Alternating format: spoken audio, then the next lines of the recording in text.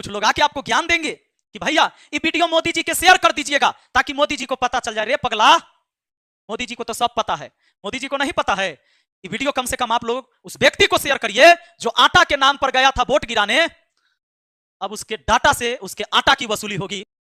नमस्कार दोस्तों, जैसे ही टेलीकॉम कंपनी ने रिचार्ज के दाम बढ़ाए तो पूरे देश में इस बात पर बहस छिड़ गई। जियो ने, एयरटेल ने और वीआई ने, वीआई मतलब वोडा और आइडिया जो अब कंबाइंड है, इन्होंने अपना चार्ज जो है बढ़ा दिया, रिचार्ज वाला प्लान। तो पूरे देश में बहस छिड़ा, तरह तरह की बातें आने लगी कि भाई अब एक आम आदमी कैसे रिचार्ज करवाएगा, जबकि अब बिना इंटरनेट के कोई भी व्यक्ति दूर नहीं रह सकता है। यही जियो पहले 1.5-2 साल तक हमें फ्री देता है और लत लगा देता है और अब कहता है कि भैया हम अब तो रेट बढ़ाएंगे। तो चलिए आज जानते हैं कि क्या एयरटेल और जियो कितना जिम्मेदार है और सरकार इसके पीछे कितनी जिम्मेदार है। कहेंगे ये सरकार के की दोष है, एयरटेल बढ़ाया है, जियो बढ़ाया है। तो पगला सबके कहेंगे कि वीडियो में रुकल रहना, तुम्हें पता चल जाएगा कि कौन कितना जिम्मेदार है।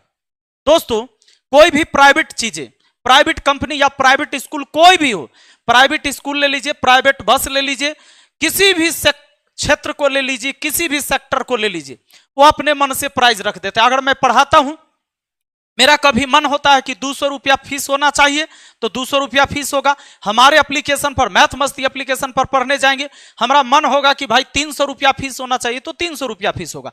इसमें सरकार हमको नहीं कहता है कि तुम कितना फीस रखोगे, नहीं रखोगे। लेकिन अब आइए, एक सरकारी कंपनी भी थी हमारे पास जो बीएसएनएल।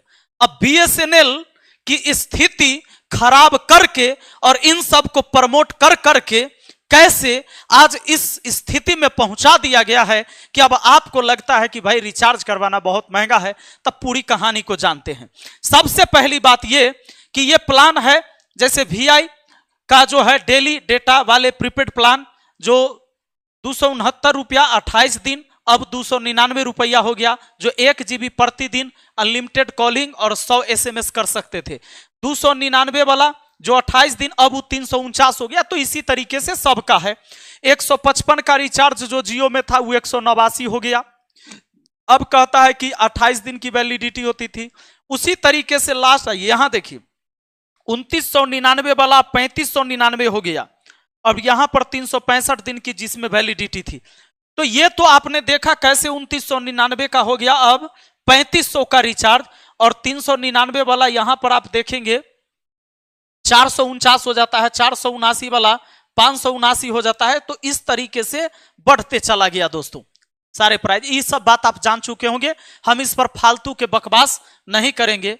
ये है अपना बीएसएनएल। बेचारा बीएसएनएल की स्थिति आज भी देख लीजिए, 347, ये 599। तो ये बीएसएनएल का प्राइस आज भी जो इसके पुराने प्राइस थे जियो वोडा आइडिया के, उसके ही आसपास है। और फिर भी बीएसएनएल बर्बाद और इसके सारे यूजर खत्म हुए। तो इसके पीछे की जो रणनीति थी वो रणनीति क्या है, उसको जानने से पहले हम ये जानेंगे कि जो मार्केट शेयर का जो प्रतिशत है कि किसके पास कितने प्रतिशत कस्टमर हैं, इस बात को जान लीजिए। रिलायंस जियो के पास सबसे ज्यादा 40.14% शेयर मार्केट का पूरा मतलब हिस्सा है इतना। और यहां पर आप देखेंगे भारतीय एयरटेल के पास 32.97% यानी लगभग 33% हिस्सेदारी इसके इस मार्केट में। वोडाफोन आइडिया का सिर्फ है 18.93%। और यही बीएसएनएल आ जाते हैं जो हमारी सरकारी कंपनी है, ये आ जाती है 7.78%, लगभग समझ लीजिए 8%। एमटीएनएल ये भी सरकारी है, 0.17%। एमटीएनएल बीएसएनएल से पहले ही आई है। अब आइए दोस्तों, रिलायंस कौन, तो ये मुकेश अंबानी के भाई जो थे अनिल अंबानी, तो उसको तो बर्बादे कर दिया, बातें खत्म है। तो इनका शेयर आपने देख लिया। अब इस बात को समझिए कि जियो सबसे ऊपर और दूसरे नंबर पर एयरटेल आया, तीसरे पर है वोडा आइडिया। इसके पीछे भी बहुत बड़ा रीजन है कि कैसे एक बीएसएनएल सरकारी कंपनी बर्बाद होता है। यहां पर एयरटेल, जियो, वोडा आइडिया और बीएसएनएल, सबसे पहले आने वाली कंपनी बीएसएनएल। क्या पहले से ही ये नुकसान में चल रही थी या एकाएक कभी नुकसान हुआ और कैसे बर्बाद हुआ, इस बात को संक्षिप्त में हम जान लेते हैं।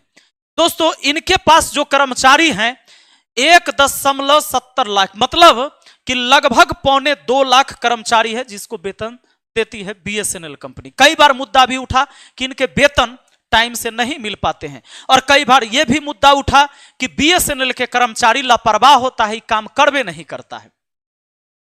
इन चक्करों में बीएसएनएल तो पूरी तरह से बर्बाद हुआ ही साथ इस कंपनी सब का उत्थान हुआ, क्योंकि कस्टमर इधर से सब कनेक्ट हुआ इधर। अब इसको जानेंगे, इन दोनों सरकार ने मिलकर बर्बाद किया है। कांग्रेस के टाइम से ही बर्बाद होना शुरू हुआ था, और भाजपा की सरकार में भी लगातार बर्बादी की तरफ बीएसएनएल गया। मैं आपको बता दूं, एक बार मैं खुद यूजर रहा हूं बीएसएनएल का। आज से लगभग 6 साल पहले, यानी लगभग 2018 में मैं जब पढ़ाता था यूट्यूब पर, तो मुझे ना स्पीड थोड़ा ज्यादा चाहिए था नेट का। तो उस समय क्या था, मैं जिस लोकल शहर में रहता था हाजीपुर में, तो एक प्राइवेट कंपनी भी इंटरनेट प्रोवाइड करवाती थी। तो वो कहती थी कि हम 20 MBPS का स्पीड देंगे, जबकि वह देती थी 10-12, यही स्पीड रहता था। तो जब हम लाइव आके पढ़ाते थे बच्चों को, तो बफरिंग होने लगता था। तो हमें पता चला कि भाई बीएसएनएल पुरानी कंपनी है, उसका जो है स्पीड इंटरनेट का ज्यादा काम करेगा। हमने कनेक्शन लिया बीएसएनएल का। अब क्या है कि प्राइवेट कंपनी का कनेक्शन लेने के लिए खाली फोन कर दीजिए तो हो जाता है, एक आईडी प्रूफ लेकर काम हो जाएगा। बीएसएनएल में पहले जाकर एक आवेदन देना होता है, आवेदन दिया उसके बाद जांच होता है कि भाई आप कहां रह रहे हैं, किराए के मकान में रह रहे हैं, अकेले रह रहे हैं, कैसे रह रहे हैं, कि अपना मकान है। किराए के मकान में है तो उसके साथ भी एक एग्रीमेंट बनवाता है, एक पेपर बनवाता है। इन तमाम चीज होने के बाद बीएसएनएल ने हमारे घर में लगा दिया, लेकिन उसकी स्पीड 4 से 5 MBPS स्पीड थी, जहां प्राइवेट वाला हमारा 10 से 11 का स्पीड दे रहा था। अब 4 से 5 MBPS स्पीड में हम और परेशान हो गए, और बिल प्राइवेट वाला से ज्यादा था उसका। अब उस टाइम लगभग 2000 रुपए के आसपास महीने का एक लैंडलाइन फोन भी दे दिया अलग से, और इनकमिंग कॉल फ्री रहेगा, कॉल लगाइएगा तो उसका भी बिल बनेगा, और इंटरनेट दे दिया। 4 से 5 MBPS स्पीड था। हम परेशान हुए, हमने उसे कंप्लेन किया, तो कंप्लेन में भी हमें लिखित जाके देना होता था, फोन करने से काम नहीं चलेगा। तो ऑफिस जाना है, लिखित देना है, फिर उस को रिसीव करता था। उसके बाद उसके ऊपर 2 दिन बाद कोई वहां टेक्निकल स्टाफ को भेजा जाता था, चेक करता था। चेक करने के बाद कहता था ऐसे होगा, वैसे होगा, खराब हो गया, ये होगा, वो होगा, ऐसी चलेगा, वैसी चलेगा। इसके बाद हम हो गए परेशान। 1 महीने के भीतर ही हमने कहा भाई इसको हटा दो, इसको तुम ले जाओ, ये मेरे काम का नहीं है। अब हुआ क्या कि अब कहा कि ऐसे तो नहीं, लैंडलाइन उठा के ले गया, लेकिन कहा कनेक्शन ऐसे नहीं कटेगा। फिर आप एक आवेदन लिखिए। हम फिर आवेदन लिखे, वो आवेदन कार्यालय में रखल रह गया, और दूसरा महीना, पहले महीना दूसरा महीना भी हमको वो बिल भेज दिया। दूसरा महीना बिल भेज दिया, हम फोन करके उसको बताए। जब फोन आया कि भाई आप पेमेंट कीजिए, आप अपना बिल जमा क्यों नहीं कर रहे, तो हमने कहा कि भाई हम तो कनेक्शन कटवा चुके हैं, हम तो एप्लीकेशन दिए, तो कनेक्शन कटा नहीं है। हमने कहा कि भाई काट दो, क्योंकि मैं तो आवेदन दे रखा हूं। फिर ये बात वहां खत्म होती है। तीसरा महीना फिर मुझे मैसेज आता है, अब 3 महीने का बिल जोड़ के मुझे भेज दिया। मैं जाके परेशान हुआ, और तब जाके उसका कनेक्शन कटवाया। इतनी लापरवाही बीएसएनएल के अंदर थी। जब ये प्राइवेट कंपनी आई तो बीएसएनएल के सारे यूजर प्राइवेट कंपनी में कन्वर्ट हो गए, और सीधी सी बात है कि जिधर कस्टमर चला जाएगा भाई कंपनी तो प्रॉफिट में वही आएगा। जियो के पास ऐसा तकनीक था, जियो ने अपना इन्वेस्ट किया, पहले खूब पैसा लुटाया, फ्री में लोगों को डाटा दिया, आदत लगाया, लोगों को लगा कि फ्री में जियो जबरदस्त चीज है, जियो में घुस गए। अब इसके पास कस्टमर ज्यादा, फिर धीरे धीरे पैसा लेने लगा, आज इसको प्राइस बढ़ाया। लेकिन बीएसएनएल को बर्बाद करने के पीछे सरकार की कितनी बड़ी हाथ है, इसको समझिए जरा। आप जरा देखिए कि बीएसएनएल जब से लॉन्च हुआ, आप यहां पर देखेंगे 1/10/2000 से 31/3/2001 तक, यहां पर ये जो ब्लैक में दिख रहा है ना, ये प्रॉफिट है बीएसएनएल का, और जो रेड में दिख रहा है ये लॉस है, और ये करोड़ रुपया में है। आप 747 करोड़ रुपए का प्रॉफिट कमाया था बीएसएनएल पहली बार जब ये लॉन्च हो गया था 2001 से 2002 में। अब देखिए 7 × 63, लगभग 8 से 9 गुना प्रॉफिट में गया, 747 करोड़ से 6312 करोड़ पर पहुंच गया। 6312 करोड़ रुपया का प्रॉफिट हुआ बीएसएनएल को। 2002 से 2003 में 1444 करोड़ का प्रॉफिट हुआ। 2003 से 2004 में 5976 करोड़ का प्रॉफिट हुआ। 2004 से 2005 में 10,183 करोड़ का प्रॉफिट हुआ। 2005 से 2006 में 8939 करोड़ का प्रॉफिट हुआ, पिछले साल की अपेक्षा इस बार थोड़ा कम। 2006 से 2007 7,805 करोड़ का प्रॉफिट हुआ था। 2007 से 2008 में 3,009 करोड़ का प्रॉफिट हुआ। 2008 से 2009 में 575 करोड़ का प्रॉफिट हुआ और 2009 से 2010 में 1823 करोड़ का नुकसान हुआ। इसी समय 2G स्पेक्ट्रम घोटाला जो आप सुनते थे, कांग्रेस के ऊपर आरोप लगा था। ए राजा जो डीएमके पार्टी के एक थे, जो दूरसंचार मंत्री थे, उनके ऊपर आरोप लगा था घोटाला करने का, गबन करने का। बाद में 2017 में उनके साथ 16 लोगों को बरी कर दिया गया सुप्रीम कोर्ट के द्वारा। दोस्तों उस समय पहली बार बीएसएनएल घाटा में गई थी। इसके बाद आप जानते हैं 2010 के बाद 2011 6384 करोड़ का नुकसान, 6384 करोड़। 2011 से 2012 8851 करोड़ और 2012 से 13 में भी 7884 करोड़ और 13 से 14 7085 करोड़ का नुकसान हुआ और 14 से यहां से लगातार जारी रहा। और कभी हमारा बीएसएनएल जो है, जो सरकारी कंपनी थी, हम सब की कंपनी थी, इसको बैकअप नहीं करवाया गया और बर्बाद होते छोड़ दिया गया और लगातार बर्बाद हो गया। 8234 करोड़, 4859 करोड़, 4786 करोड़, 7992 करोड़, 14300 करोड़, 15499 करोड़, 74441 करोड़। ये तो हम आपको दिखा रहे हैं 2021 तक का डाटा। ये 24 में भी 5000 से अधिक, शायद 5600 कुछ करोड़ का भी नुकसान इस टाइम भी हुआ है। दोस्तों आप जानते हैं इसके पीछे ऐसा नहीं है कि बीएसएनएल सरकार ने इसको बचाने के लिए खर्च नहीं किया है, सरकार ने इस पर खर्च भी किया, लेकिन लूट घसोट योजना के तहत हर किसी ने इसकी मिल बांट की और लूटा। आप यहां पर देखिए रिवीबल पैकेज, तो रिवीबल पैकेज में क्या हुआ, इसमें यह हुआ कि फर्स्ट पैकेज 23 अक्टूबर 2019 को 69,000 करोड़ का दिया। यानी पुनरुद्धार करने के लिए, इसको जिंदा करने के लिए बीएसएनएल को सरकार ने 69,000 करोड़ रुपया खर्च कर दिया 2019 में। फिर 2022 में 1,64,000 करोड़ रुपया बीएसएनएल पर खर्च किया गया। इसके बाद 7 जून 2023 को 89,047 करोड़ रुपया खर्च किया गया था बीएसएनएल के पुनरुद्धार के लिए। यानी टोटल 3,22,047 करोड़ रुपया, 3,22,047 करोड़ रुपया खर्च किया गया था बीएसएनएल को, इसको बचाने के लिए। लेकिन बचा नहीं पाया क्योंकि नियत सही नहीं था। अब सोच के देखिए कि बीएसएनएल पर इतना खर्च करने के बाद भी बीएसएनएल की जो आमदनी होती थी वो दिन प्रतिदिन घटते गई। ये ग्राफ ये 2021 तक का हमने आपको अभी दिखाया और ये ऐसे ही और आगे भी घटते चला गया। लेकिन फिर इसी जगह प्राइवेट कंपनी क्यों प्रॉफिट में चली जाती है और सरकारी कंपनी प्रॉफिट में नहीं जाती है, इस बात को जानने की जरूरत है। दोस्तों ये तो आपने बीएसएनएल की बर्बादी देखा।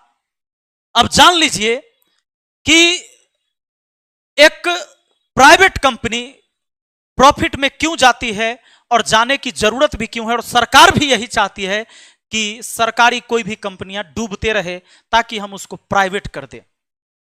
लेकिन समस्या इस बात की है कि बीएसएनएल को प्राइवेट करना बड़ी मुश्किल है। ये ट्रेन की तरह है नहीं कि नया रेलवे स्टेशन बेच देना है, नया ट्रेन कोई आएगा तो उसको प्राइवेट कर देना है। अब नौकरी में जो लोग हैं उसको वेतन तो देना ही पड़ेगा सरकार को। समस्या इस बात की है। लेकिन सरकार की जो मानसा है कि कैसे हमको खत्म करना है सरकारी चीजों को और आगे प्राइवेट वाला को फायदा पहुंचाएंगे तो वहां से मुझे चंदा मिलेगा, कोई भी पार्टी जब चुनाव लड़ती है तो आप देखते हैं उसको चंदा की जरूरत होता है। इलेक्ट्रॉल बॉन्ड पर इतना ज्यादा बवाल हुआ था, आप जानते हैं। आप बताइए बीएसएनएल कंपनी या रेलवे, कोई भी विभाग जो सरकारी है, वो किसी पार्टी को चंदा कैसे दे सकती है? लेकिन कोई प्राइवेट कंपनी जरूर चंदा दे सकती है। और आप देखिए कि भारतीय एयरटेल, उसकी सब्सिडरी ने चुनावी बॉन्ड से भाजपा को लगभग 234 करोड़ रुपए का चंदा दिया। 234 करोड़ रुपए का चंदा दिया भाजपा को, किसने? एयरटेल ने। अब जब 234 करोड़ का चंदा दिया तो क्या भाजपा की जिम्मेदारी नहीं बनती है कि भाई तुम फिर इसकी निकासी करो, वसूली करो? तो यह किससे किया जाएगा? आम आदमी से। इस कंपनी ने सिर्फ भाजपा को नहीं, कांग्रेस को भी चंदा दिया। अगर इसको 234 करोड़ देगा तो कांग्रेस को भी 35 करोड़ जरूर देगा, और कांग्रेस भी पीछे नहीं हटेगी चंदा लेने के लिए। 100 करोड़ देगा तो पीछे नहीं हटेगी, अरे 50 करोड़ देगा तो भी पीछे नहीं हटेगी। क्यों? क्योंकि पैसा तो बुरा किसी को नहीं लगता है, और चुनाव में चंदा की जरूरत हर किसी को है। तो अब यहां पर सरकार के तरफ से क्यों इस पर लगाम लगाए जाएंगे और क्यों रोक लगाए जाएंगे? अगर ये रिचार्ज को 249 का 299 कर दे रहा है, 299 का 349 कर दे रहा है, 349 वाला 379 कर दे रहा है, और इसी तरीके से 1899 वाला को 1999 कर देगा, तो क्या कष्ट है? सरकार को तो कोई कष्ट नहीं है, क्योंकि सरकार ने तो 234 करोड़ रुपए पहले चंदा के रूप में ले रखा है, पार्टी ने ले रखा है, तो इनको कोई कष्ट ही नहीं है। अब रही बात कि आप राशन यानी आटा के नाम पर दौड़ दौड़ कर जाते हैं ना, आटा मिल रहा है, आटा मिल रहा है, तोरा लगता है कि फ्री में तोरा आटा मिल रहा है, अभी डाटा से तोहरा आटा निकाला जाएगा, और यही तरीका है। अभी देखते जाओ। अब ये देख लीजिए, ये दिल्लन टॉप की ही न्यूज है, कटिंग है। जियो कंपनी ने भाजपा को कितना चंदा दिया था? 375 करोड़ रुपए का चंदा दिया। और देखिए जियो का विकास कैसे हुआ है से। ये जियो का विकास है बाबू। जियो सबसे पहले 2019 में सिर्फ 891 करोड़ का इसका जो है ग्रोथ हुआ था। नेट प्रॉफिट है, नेट प्रॉफिट ग्रोथ है 891 करोड़। अगला बार 990, फिर आ गया 1350 करोड़, फिर हो गया 2331 करोड़ 2000। यहां आप देखिए, अच्छा ये भी अप्रैल से जून तक, फिर जुलाई से सितंबर तक, 19 में यहां तक आ गए। अब 2020 के देखिए, जनवरी से मार्च तक 2020 में 2331 करोड़, अप्रैल से जून तक 2020 में 2350 करोड़। इसी तरीके से बढ़ते जाइएगा तो 2022 में जनवरी से मार्च तक में 4313 करोड़ का प्रॉफिट कमाया जियो ने। तो दोस्तों, जब तक बीएसएनएल बर्बाद नहीं होता, बीएसएनएल के सारे कस्टमर इधर प्राइवेट कंपनी के साथ नहीं जुड़ता, तब बीएसएनएल कैसे डूबता? और बीएसएनएल को डुबाने के लिए सरकार ने कोई कसर नहीं छोड़ा। और वो जो आपने देखा कि हजारों करोड़ रुपए, लाखों करोड़ रुपए खर्च किए गए उसको बचाने के लिए, उसमें भी बहुत बड़ी धांधली हुई, और वो भी लूटपाट का ही हिस्सा था। दोस्तों, यहां पर यह तो आपने देख लिया। अब कोई भी कंपनी 375 करोड़ रुपए चंदा देगी तो कमाएगी नहीं, तो जियो दोषी है। जियो ने खर्च किया है, तब वसूली जियो नहीं करेगा, जियो करेगा। लेकिन कुछ लोग आके आपको ज्ञान देंगे कि भैया ये वीडियो मोदी जी के शेयर कर दीजिएगा, ताकि मोदी जी को पता चल जाए। रे पगला, मोदी जी को तो सब पता है, मोदी जी को नहीं पता है। ये वीडियो कम से कम आप लोग उस व्यक्ति को शेयर करिए जो आटा के नाम पर गया था वोट गिराने। अब उसके डाटा से उसके आटा की वसूली होगी। काहे कि कोई भी आदमी बिना डाटा के तो नहीं रहेगा। अगर तुझे आटा चाहिए तो कीमत डाटा के चुकाना पड़ेगा। बाकी आप क्या सोचते हैं कमेंट करके जरूर बताइएगा। मिलते हैं हम अगली वीडियो में। बहुत बहुत धन्यवाद। Thank you.